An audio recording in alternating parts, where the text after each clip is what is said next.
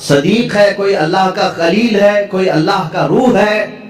لیکن جب میرے آقا صلی اللہ تعالیٰ علیہ وسلم کے لیے اللہ نے فرمایا تو کیا فرمایا؟ محمد صلی اللہ تعالیٰ علیہ وسلم حبیب اللہ. یہ کیا ہے؟ اللہ کے حبیب. ایک ورڈ ایسا ہے حبیب کا جو کسی دوسرے نبی کے لیے نہیں آیا. حبیب کسے کہتے ہیں؟ خلیل دوست ہو گیا، صفی چنا ہوا، نجی شرافت میں ہے، اور دیگر انبیاء کی جو صفات ہیں وہ اپنی جگہ پر ہیں. حبیب کہتے ہیں محبت کا وہ درجہ جس کو اعلیٰ حضرت رحمت اللہ تعالی علیہ نے اپنے شعر میں یوں فرمایا: میں تو مالک ہی کہوں گا کہ وہ مالک کے حبیب. میں تو مالک ہی کہوں گا آپ کو یا رسول اللہ، میں تو آپ کو مالک ہی کہوں گا کہ ہو آپ مالک کے حبیب. کیونکہ جو حبیب ہوتا ہے اور جو محب ہوتا ہے دونوں کے درمیان کیا معاملہ ہوتا ہے؟ مثال کے طور پر میں اگر کسی سے محبت کر رہا ہوں تو محبت کا تقاضا یہ ہے کہ یہ میرا موبائل ہے، یہ میرا ہے. لیکن جب میرا حبیب سامنے ہوگا تب میں یہ نہیں کہوں گا یہ میرا ہے. یہاں میرا تیرا نہیں ہوتا. جو میرا ہے وہ اس کا ہے، جو اس کا ہے وہ میرا ہے. حبیب میں یہ نسبت ہوتی ہے، خلیل میں نہیں، صدیق میں نہیں. حبیب میں یہ نسبت ہوتی ہے جو میرا ہے وہ میرے حبیب کا ہے، اور جو حبیب کا ہے وہ میرا ہے. اب اعلیٰ حضرت کا شعر پڑھو تو سمجھ میں بھی آئے اور مزہ بھی آئے. فرماتے ہیں میں تو مالک ہی کہوں گا یا رسول اللہ کہ ہو آپ مالک کے حبیب، یعنی محبوب و محب میں نہیں میرا تیرا. محبوب و محب میں نہیں میرا تیرا، اس میں میرا تیرا نہیں ہوتا. تو جہاں حبیب کی بات آتی ہے وہاں میرا اور تیرا نہیں ہوتا. عزیزان گرامی وقار، حضور پاک صلی اللہ تعالیٰ علیہ وسلم کی افضلیت اس سے ہے کہ آپ کو صرف مخلوق میں یعنی عام انسانوں میں افضل اللہ نے نہیں بنایا، بلکہ انبیاء کرام علیہ السلام میں بھی افضل بنایا. اتنا ہی نہیں بلکہ رسول اعظام اور فرشتگان جو اللہ کے مقرب فرشتے ہیں ان سے بھی افضل بنایا. حضور صلی اللہ تعالیٰ علیہ وسلم کو ان سے بھی افضل بنایا. یہ باقی رہے مخلوقات، جنات ہوں، حیوانات ہوں، یہ تمام چیزیں اپنی جگہ پر، لیکن اللہ کے جو مقرب فرشتے ہیں، جو حاملان عرش ہیں، اللہ کے عرش کو اٹھائے ہوئے ہیں، جو نبیوں تک پیغام لانے والے ہیں، جو پورے کائنات کے لیے آسمان سے بارشیں برسانے اور پانی پہنچانے کا نظام سنبھالتے، ان تمام ملائکہ سے اللہ تعالیٰ نے اپنے نبی کو مکرم بنایا، معظم پیدا فرمایا، افضل بنایا ہے. اس کی کئی دلیلیں اور کئی مثالیں میں آپ کو بتا دوں. حضور پاک صلی اللہ تعالیٰ علیہ وسلم کی افضلیت دیکھیں. اعلیٰ حضرت رحمت اللہ تعالیٰ علیہ کے اشعار یہاں پر ہمیں بار بار یاد آتے ہیں. وہ جہنم میں گیا جو ان سے مستغنی ہوا. مستغنی کہتے ہیں جو یہ کہے نہیں مجھے رسول کی کوئی ضرورت نہیں، مستغنی کہتے ہیں اس کو، کہتے ہیں جو یہ کہے بے نیاز ہوں میں. وہ جہنم میں گیا جو ان سے مستغنی ہوا، ہے خلیل اللہ کو حاجت رسول اللہ کی. انبیاء کرام علیہ السلام کو رسول اللہ کی حاجت رہی ہے. کیسے؟ اب شروع سے چلتا ہوں میں. سب سے پہلے انسان، سب سے پہلے نبی، سب سے پہلے رسول آدم علیہ الصلوۃ والتسلیم ہے. جب آدم علیہ الصلوۃ والتسلیم کی پیدائش ہوئی، ولادت ہوئی، تو جانتے ہیں آپ ولادت کے احوال اور قواعد پڑھیں تو تفاسیر میں یہ بات ملتی ہے کہ زمین سے مختلف علاقوں کی مٹی لائی گئی، فرشتوں نے لا کر کے گوندھا، جنت کے پانی سے اسے گوندھا گیا، اور اس کے بعد ایک شکل بنائی گئی. شکل بنانے کے بعد یہ تو جسم کی شکل ہوئی. اللہ رب العزت نے اب اس میں روح ڈال لی تھی. روح کیا چیز ہے؟ قرآن میں اللہ تعالیٰ نے فرمایا روح جو ہے یہ اللہ کا نور ہے، اللہ کا امر ہے. یسألونک عن الروح قل الروح من امر ربی. اللہ نے فرمایا کہ روح جو ہے اللہ کا حکم ہے یا اللہ کا نور ہے. نور جب یہ جسم میں ڈالنا ہوا، کس میں؟ آدم علیہ السلام کے جسم پاک میں، جس کو فرشتوں نے گوندھا تھا مٹی سے اور پانی سے، اور اس کو آگ سے تپا کر کے گرم کیا گیا تھا. 4 عناصر اس کے اندر رکھے گئے تھے. اب آدم علیہ السلام کے روح ڈالنی تھی جسم کے اندر، تو بزرگان دین نے لکھا ہے کہ روح کو ڈالا گیا، روح باہر آ گئی، کیونکہ روح نور ہے اور جسم مٹی سے بنا ہوا اندھیرا ہے. اندھیرا اور نور ایک جگہ جمع نہیں ہوتے. نور آیا تو اندھیرا نہیں ہوگا, اور اندھیرا ہے تو اس کا مطلب نور نہیں ہے. روح کا اور جسم کا ملاپ کیسے ہو؟ روح باہر آئی, پھر ڈالا گیا, وہ باہر آئی. روح کہنے لگی کہ مولا اس میں گھبراہٹ ہے, اندھیرا ہے, روح کو اس میں قرار پانا ہے.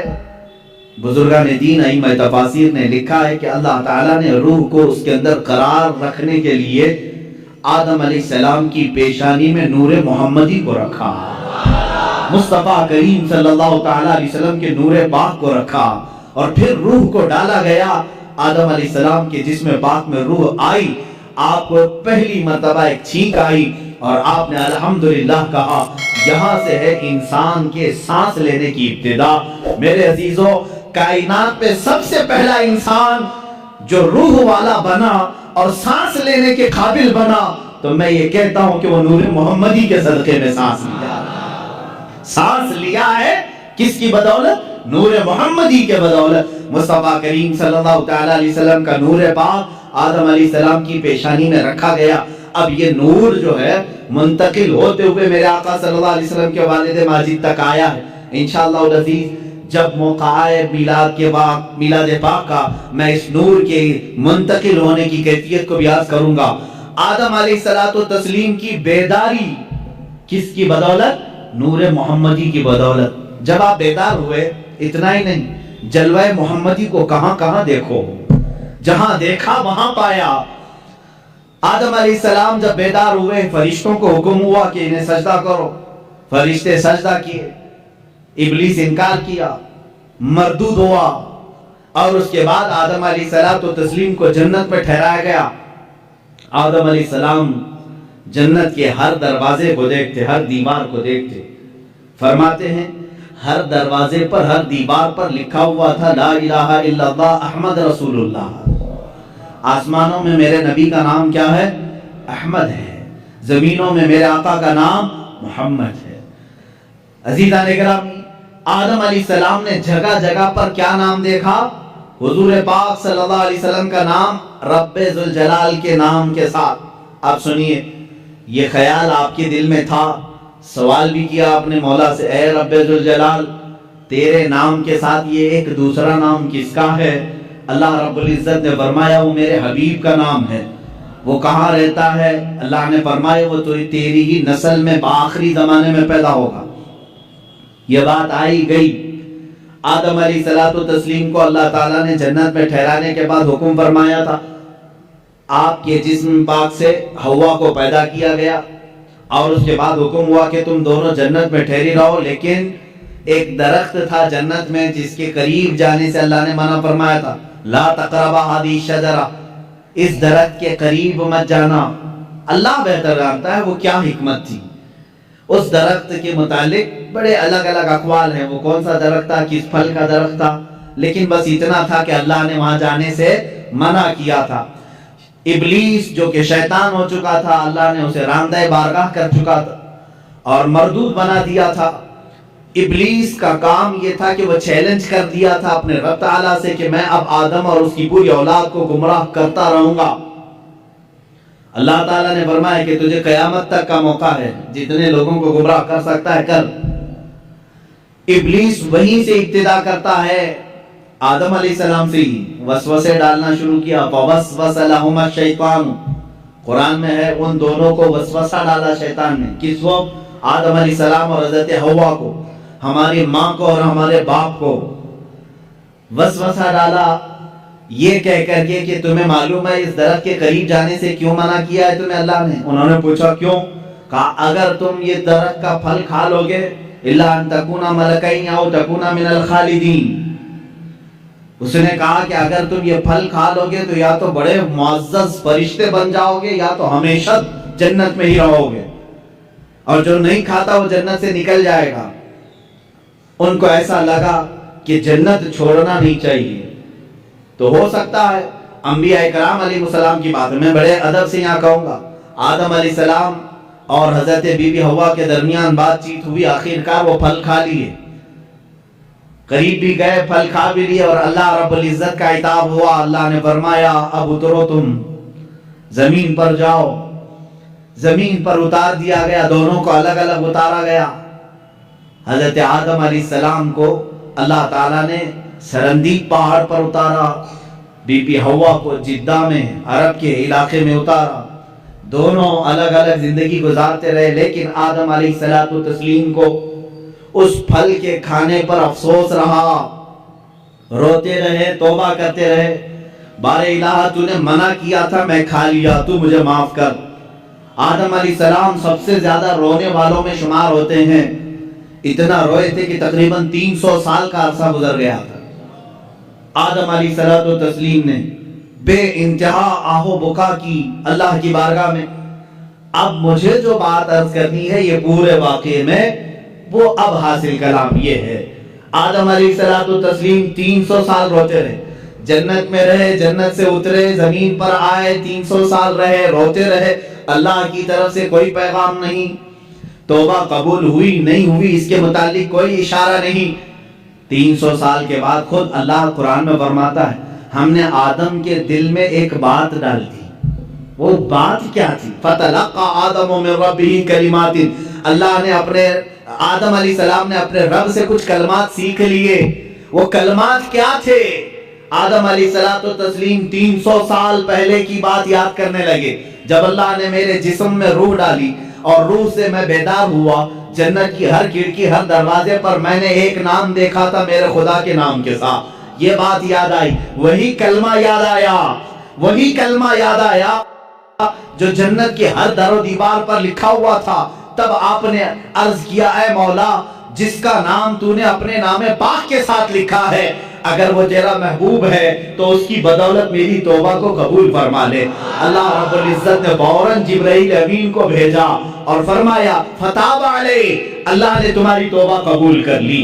اللہ توبہ کے قبول ہونے میں اتنی سرعت, اتنی جلدی, اتنی تیزی اگر کسی نام کی وجہ سے ہے تو محمد عربی صلی اللہ علیہ وسلم کی. قرآن نے یہی کہا ہے اگر اے مومنو اگر تم اپنی جانوں پر ظلم کر لو, گناہ ہو جائے تو کہاں آؤ؟ قرآن میں ہے مسجد میں آؤ نہیں, کعبے میں آؤ نہیں, اے مومنو تم میرے رسول کے پاس آؤ. جاؤکا, اے رسول یہ تمہارے پاس آ جائیں, اور اگر آپ ان کے لیے سفارش کر دیں تو اللہ ان کی توبہ قبول کرے گا. اب اندازہ کریں آدم علیہ السلام کی توبہ قبول ہوئی, برکت کس کی تھی؟ محمد عربی صلی اللہ علیہ وسلم کی. مصطفیٰ کریم صلی اللہ تعالیٰ علیہ وسلم کا نام پاک آپ نے لیا اور دعا قبول. اب سنیے ایک اور مزے کی بات. بعض روایات میں یہ بات ملتی ہے کہ آدم علیہ السلام خوش ہوئے, جبرائیل آئے جنت سے پیغام لے کر, اللہ تعالیٰ نے آپ کی توبہ قبول فرمائی. آدم علیہ السلام نے کہا وہ نام اتنی برکت والا, وہ نام اتنی عظمت والا, وہ نام اللہ رب العزت کی بارگاہ میں اتنے مقام و مرتبے والا, اے مولا اس نام پاک کی ذات اور اس کی ہستی کا ایک بار مجھے بھی تو دیدار کرا دے, ایک بار مجھے دیدار کرا. جو لوگ یہ کہیں کہ حضور پاک صلی اللہ علیہ وسلم کو 40 سال کے بعد نبوت ملی تھی, وہ یہ بات سنیں, ابھی دنیا وجود میں ہی نہیں آئی, کوئی بچے نہیں ہوئے آدم علیہ السلام کے. تب آدم علیہ السلام عرض کر رہے مولا اس شکل محمدی کو میں دیکھنا چاہتا ہوں جس کی بدولت میری دعا قبول ہوئی. اللہ تبارک و تعالیٰ نے آدم علیہ السلام سے فرمایا کہ تم اپنے دونوں انگوٹھوں کے ناخنوں میں دیکھو. یہ بیان کیا ہے کہ دونوں انگوٹھوں کے ناخنوں میں آپ نے دیکھا حضور پاک صلی اللہ تعالیٰ علیہ وسلم کا نور پاک ان کے انگوٹھوں میں رکھا گیا. آدم علیہ السلام نے بڑھ کر کے اس کو چوما اور اپنی آنکھوں سے لگا لیا. یہ ہمارا بھی آج طریقہ ہے. ظاہر سی بات ہے اصلی اولاد وہی ہے جو اپنے باپ کے طریقے پہ چلتی ہے. محمد صلی اللہ تعالیٰ علیہ وسلم, ہم کس کے طریقے پر چل رہے ہیں؟ باپ کے طریقے پر چل رہے ہیں. جو باپ کا نہ ہو اسے تکلیف ہو. ہم آدم علیہ السلام کی آل میں ہیں, اولاد میں ہیں, ہم اپنے باپ کے طریقے پر چل رہے ہیں. عزیزان گرامی اوقات, مجھے یہاں پر افضلیت مصطفیٰ عرض کرنی ہے. میرے آقا صلی اللہ تعالیٰ علیہ وسلم کی بات میں کمپیر اور موازنہ کر کے نہیں دکھا سکتا, کیونکہ حضور صلی اللہ علیہ وسلم نے فرمایا اس طرح نہ کرو کہ ایک نبی کو گراؤ دوسرے نبی کو بڑھاؤ. سارے انبیاء کرام علیہ السلام نبوت اور رسالت میں برابر ہیں. لیکن کچھ خصوصیتیں اللہ نے ان کو عطا کی ہیں. اس کا مطلب یہ نہیں کہ ہم کسی بھی دوسرے نبی کی توہین کریں گے، ہرگز نہیں. ہر نبی کا اپنا مقام ہے، ہر نبی کا اپنا ایک مقام و مرتبہ ہے، لیکن میرے مصطفیٰ صلی اللہ علیہ وسلم کی شان پاک الگ ہے.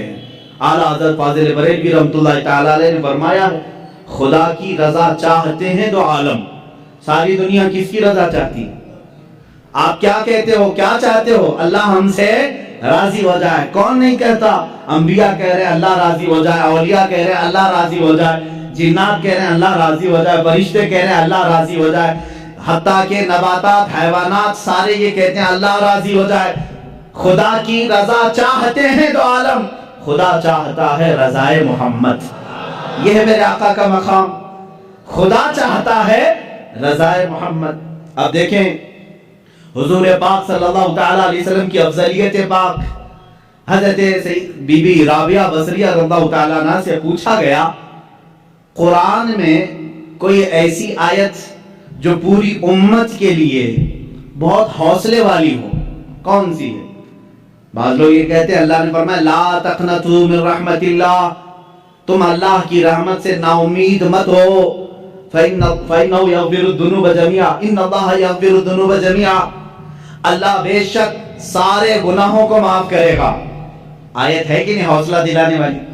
اللہ نے فرمایا اے لوگو اللہ کی رحمت سے نا امید مایوس نہ ہو، اللہ سارے گناہوں کو معاف کرے گا. بعض لوگ یہی کہتے ہیں یہ آیت ہے حوصلہ دلانے والی، بہت حوصلہ ہے. لیکن حضرت رابعہ بصریہ فرماتی ہے نہیں، میں سمجھتی ہوں ایک دوسری آیت ہے. پوچھا گیا وہ کون سی ہے؟ کہا سورہ والضحیٰ میں ہے. اللہ تعالیٰ نے فرمایا وَلَسَوْفَ يُعْطِيكَ رَبُّكَ فَتَرْضَىٰ، اے رسول ان قریب آپ کو آپ کا رب اتنا دے گا کہ آپ راضی ہو جائیں گے. کہا اس میں امت کی کیا بھلائی ہے؟ سوال کیا تھا؟ امت کے لیے، تمام انسانوں کے لیے حوصلے والی کوئی آیت ہے، بخشش والی کوئی آیت ہے؟ تو وہ بعض علماء نے کہا لا تقنطوا من رحمت اللہ، یہ آیت ہے رحمت کی، اللہ کی رحمت سے مایوس نہ ہو، اللہ سب گناہ معاف کرے گا. اس سے تو سمجھ میں آ رہا ہے کہ لوگوں کے گناہ معاف ہوں گے. لیکن رابعہ بصریہ فرما رہی ہیں نہیں، آیت یہ ہے رسول کو اللہ فرما رہا ہے اے رسول آپ کو اللہ اتنا دے دے گا کہ ان قریب آپ کو اتنا دے گا کہ آپ راضی ہو جائیں گے. تو اس میں تو رسول کی رضا کی بات ہے، یہاں تمام انسانوں کا کیا بھلا ہے؟ حضرت رابعہ بصریہ فرماتی ہیں اس لیے کہ ہمیں معلوم ہے رسول اس وقت تک راضی نہیں ہوں گے جب تک سب کی بخشش نہ ہو جائے.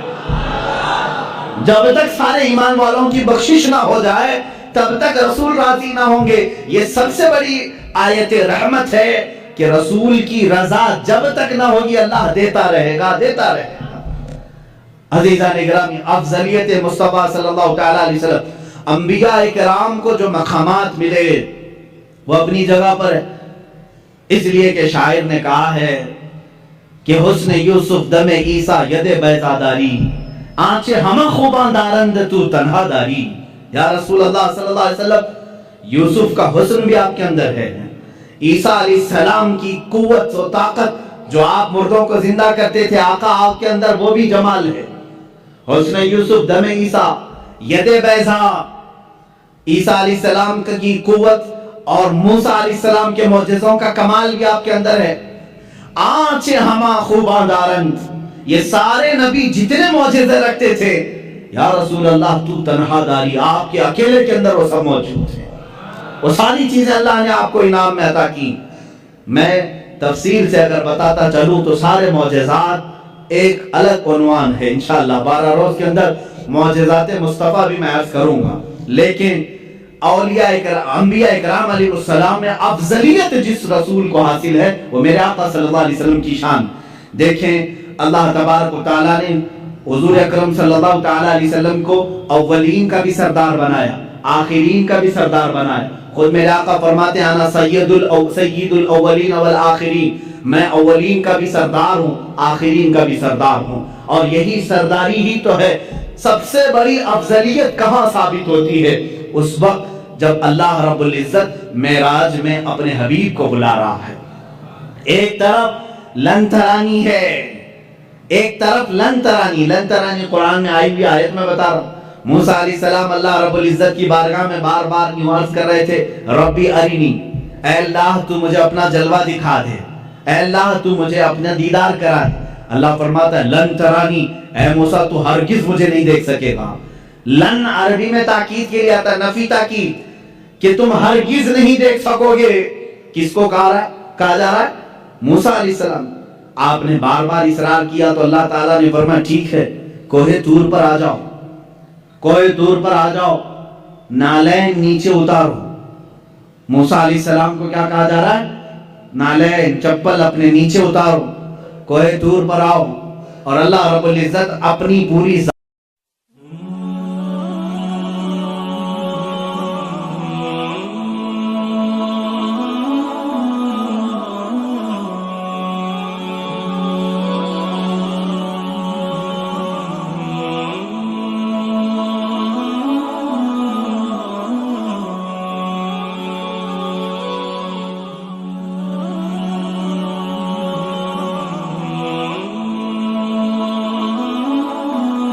نہیں، اپنی ایک تجلی کا اظہار تم پر کرے گا.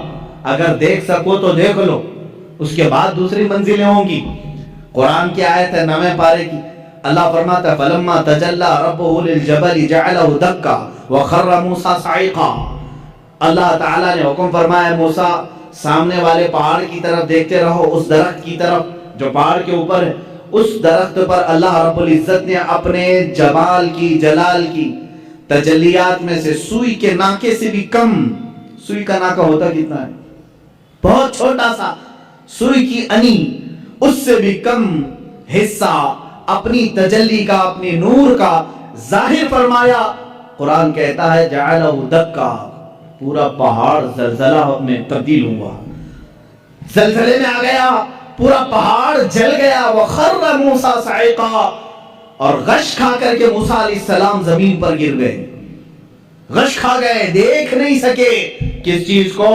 جو سوئی کے ناکے کے برابر رب ذوالجلال کی تجلی تھی. فلما افاق قال سبحانک تبت الیک.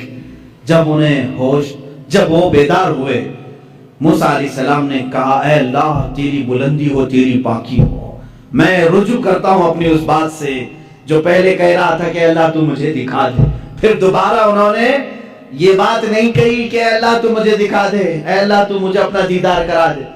یہ تو موسیٰ علیہ الصلوۃ والتسلیم کی شان ہے، کیونکہ اللہ تعالیٰ نے فرمایا کسی بشر میں یہ طاقت نہیں کہ وہ براہ راست اپنے رب کو دیکھ سکے.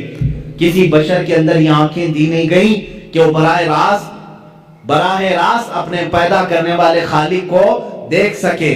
لیکن یہی معاملہ جب میرے آقا کے ساتھ ہوا، 26 رجب المرجب ہے، اللہ کے حبیب صلی اللہ تعالیٰ علیہ وسلم اپنے دولت قدے پر حضرت ام ہانی کے گھر پر آرام فرما رہے ہیں.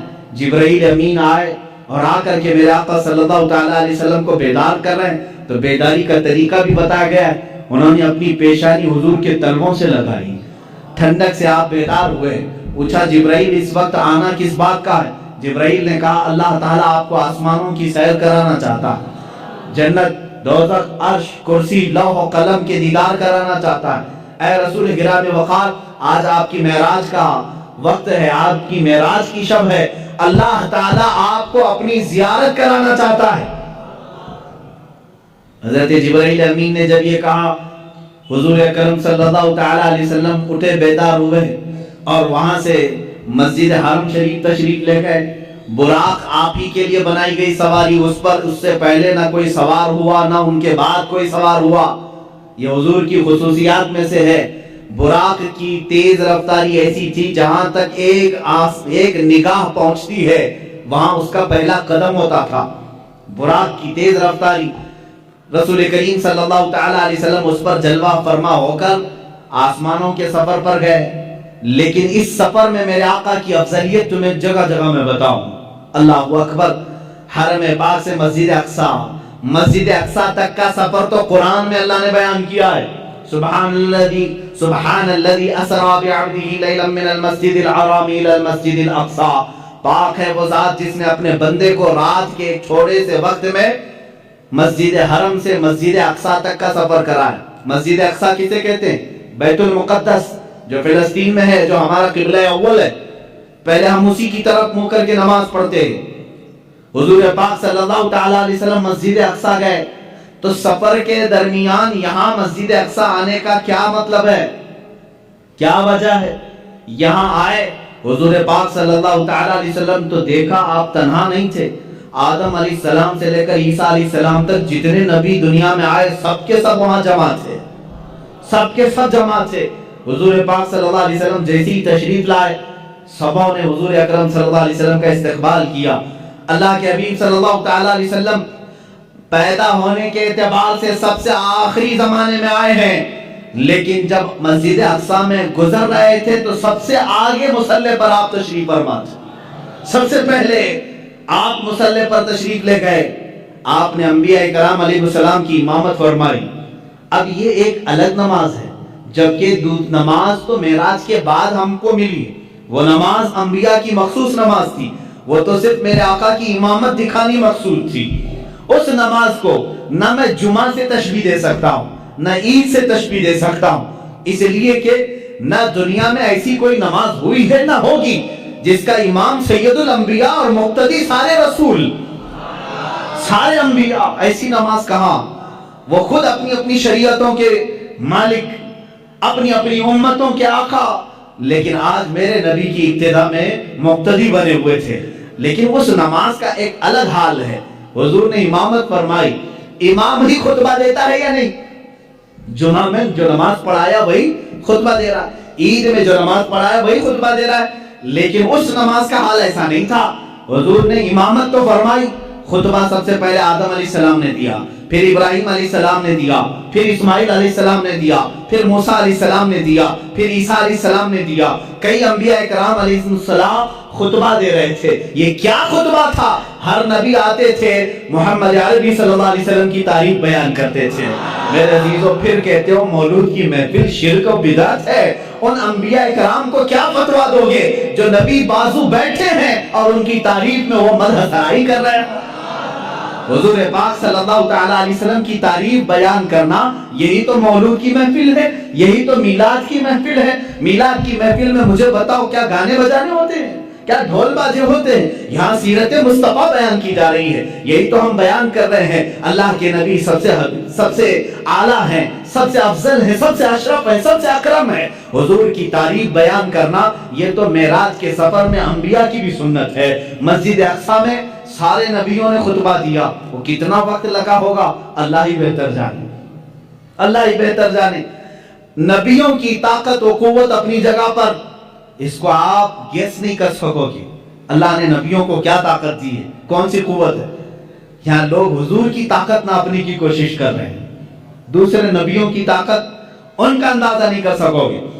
نماز ادھر پڑھائی، جلسہ ختم ہوا، حضور پاک صلی اللہ علیہ وسلم پھر سفر پر روانہ ہوئے۔ کہاں؟ اب آسمانوں کا سفر تھا، جبکہ فرمایا گیا ہے آسمانوں کا سفر براق پر، اور وہ بھی تیز رفتار براق۔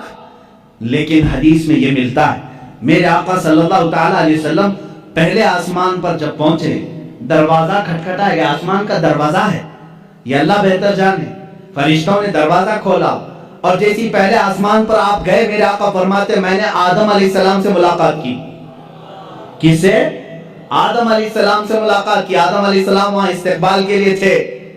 ہر آسمان پر اللہ کے نبی صلی اللہ علیہ وسلم نے ایک ایک نبی سے ملاقات کی، حضرت یوسف علیہ السلام سے، حضرت عیسیٰ علیہ السلام سے، ساتویں آسمان پر حضرت ابراہیم علیہ السلام تھے۔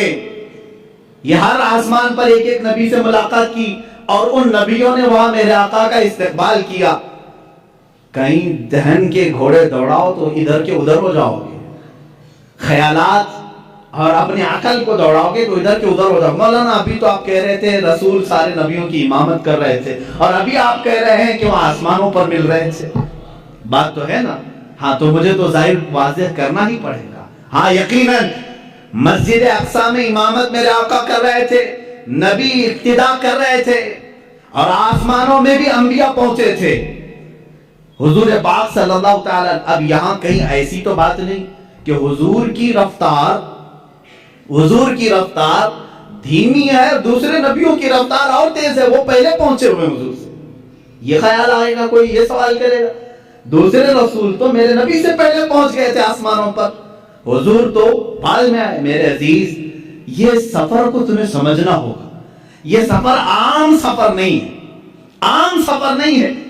یہ سفر ایسا ہی ہے جیسا کوئی دولہا اپنے گھر سے نکلتا ہے۔ دولہا جب اپنے گھر سے نکلتا ہے، کیونکہ ہم نے شروع سے دیکھا ہے اس سفر کو، دیکھتے ہیں آپ جیسے ہی آپ دولہا بنے، ہمارے یہاں گھوڑوں اور گھوڑیوں کا رواج تو ہے نہیں، یو پی وغیرہ میں آپ جائیں گے تو آج بھی دولہے گھوڑی پر بیٹھتے ہیں سوار کر کے۔ ہاں، آپ وہ گھوڑی پر بیٹھتے ہیں اور آپ یہاں گاڑی پر بیٹھتے ہیں، بات یہ کی ہے۔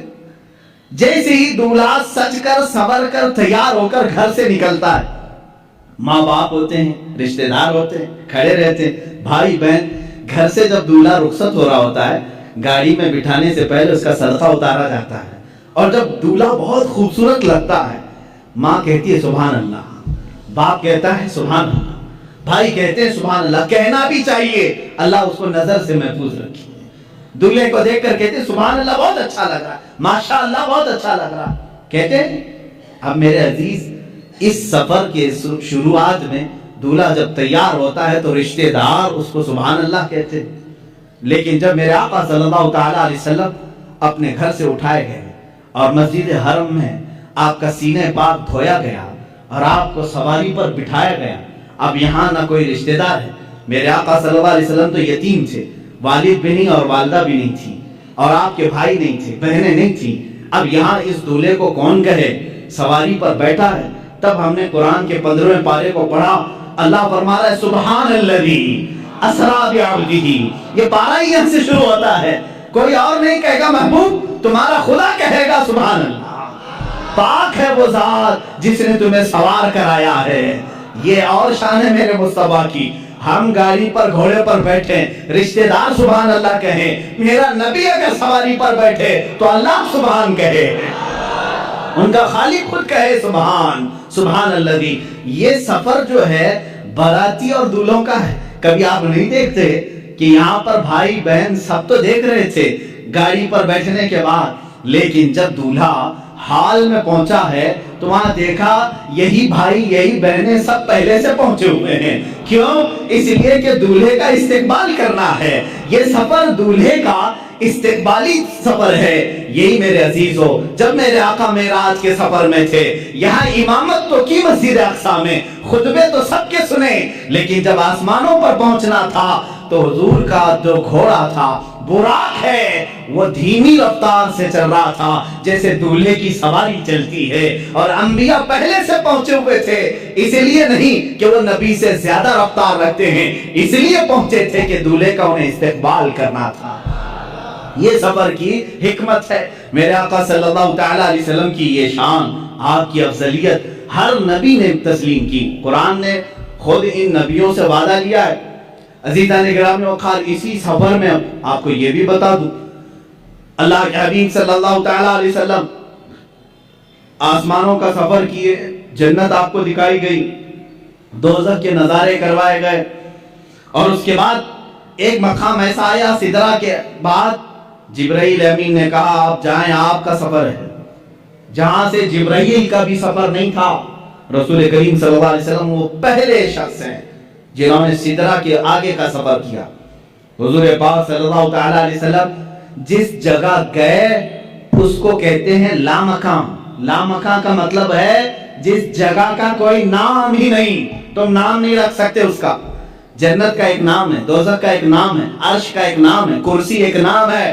حضور نے اس جگہ کا سفر کیا جس کو لامکان کہتے ہیں، اس کا نام ہی نہیں۔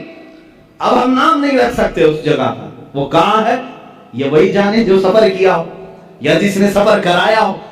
اللہ رب العزت نے اپنے قرب کی منزلوں سے آپ کو ہمکنار فرمائے، یہاں تک کہ میرے آقا صلی اللہ تعالیٰ علیہ وسلم معراج کی شب ارشاد فرماتے ہیں میں نے اپنے ماتھے کی آنکھوں سے اپنے رب کی تجلیات کو دیکھا، اللہ رب العزت کی ذات کو دیکھا۔ کیسے دیکھا؟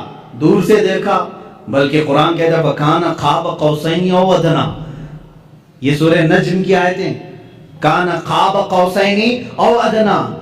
قوسین کہتے ہیں تیر، معلوم ہے بان اور تیر جو یہاں پر ہوتی ہے۔ فرمایا قرآن نے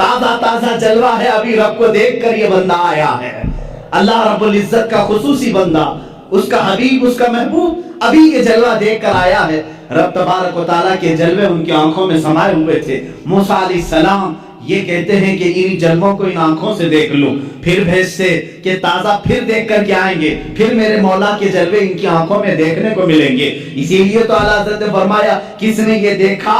موسیٰ سے پوچھے کوئی، آنکھ والوں کی ہمت پہ لاکھوں سلام۔ حضور پاک صلی اللہ تعالیٰ علیہ وسلم نے بھی موسیٰ علیہ السلام کو منع نہیں کیا، بلکہ بار بار جاتے رہے، اس لیے کہ اپنے رب کا دیدار بار بار ہوتا رہا۔ اللہ نے بھی یہ نہیں فرمایا ایک ہی ساتھ کم کر دیا جائے، اس لیے کہ میرا حبیب بار بار آتا رہے۔ یہ نمازوں کے کم کرانے کا سلسلہ تو تھا، لیکن ایک دوسرے کی محبت کا بھی معاملہ تھا۔ موسیٰ علیہ السلام جو جلوہ کوہ طور پر براہ راست نہ دیکھ سکے، لیکن دیکھے تو کس کے ذریعے سے دیکھے؟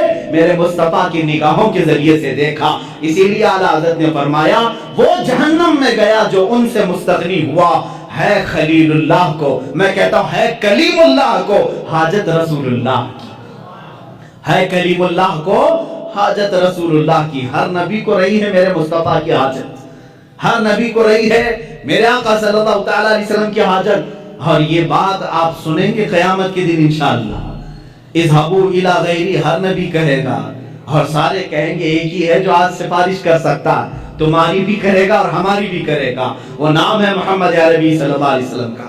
عزیزان گرامی وقار، مصطفیٰ کریم صلی اللہ تعالیٰ علیہ وسلم کی افضلیت باپ، ابراہیم علیہ السلام کو اللہ نے خلیل بنایا، لیکن اپنے نبی کو کیا بنایا؟ حبیب بنایا۔ اللہ کے رسول کیا ہیں؟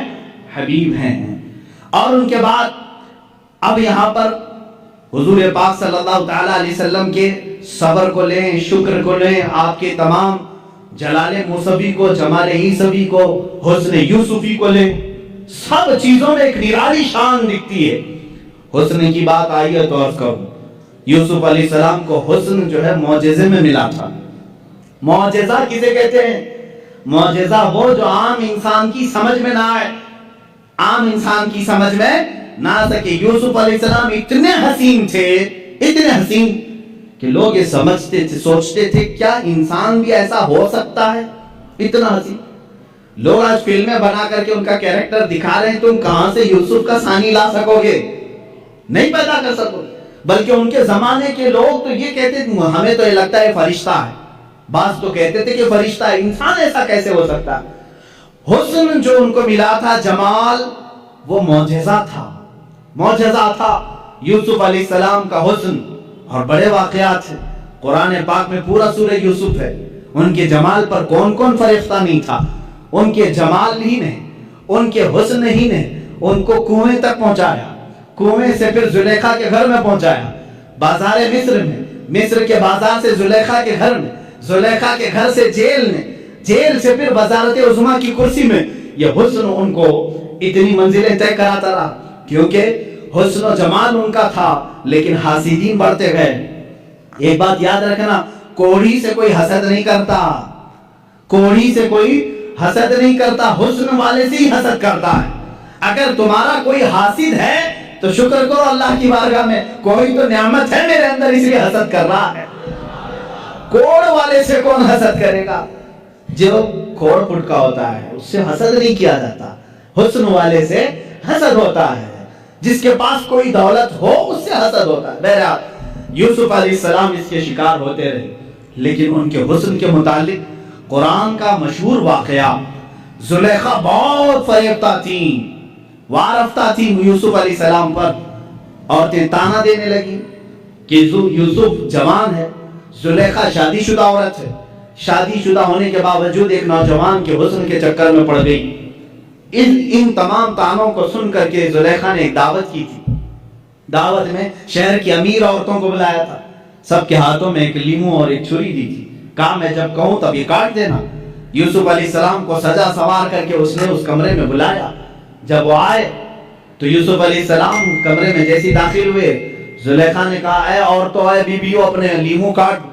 عورتیں وہ حسن یوسف کو پہلی بار دیکھ رہی تھی، پہلی بار دیکھ رہی تھی، اور یوسف علیہ السلام کا جمال دیکھنے میں ایسے ماہ ہو گئی، غرق ہو گئی، ڈوب گئی کہ لیمو چھوٹ گیا, انگلیاں کٹ گئی, انگلیاں 4 انگلیاں کٹ گئی, تیز چاقو دیر ہوگی, سب کٹ گئی.